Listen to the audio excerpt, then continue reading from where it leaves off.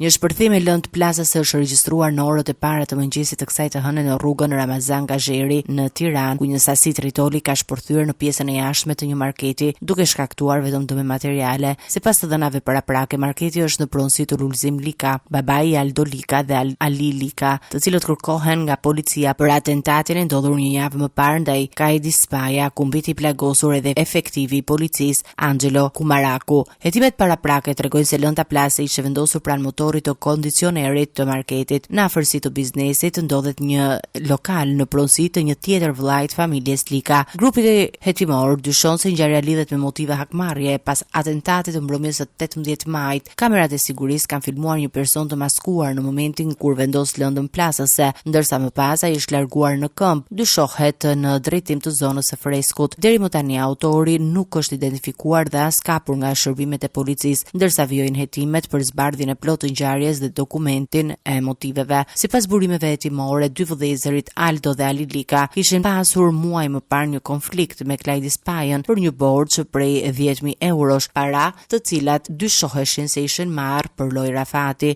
Mësohet se Kaidi Spaja kishte dhunuar më herët dy vëllezërit për shkak të moskthimit të shumës së parave. Mbrëmjen e 18 majit, Spaja ndodhej pranë banesës së tij së bashku me efektivin Kumaraku, kur ndaj tyre u qellua me armë zjarri, atentat nga i cili mbeti i plagosur polici komisariatit numër 4.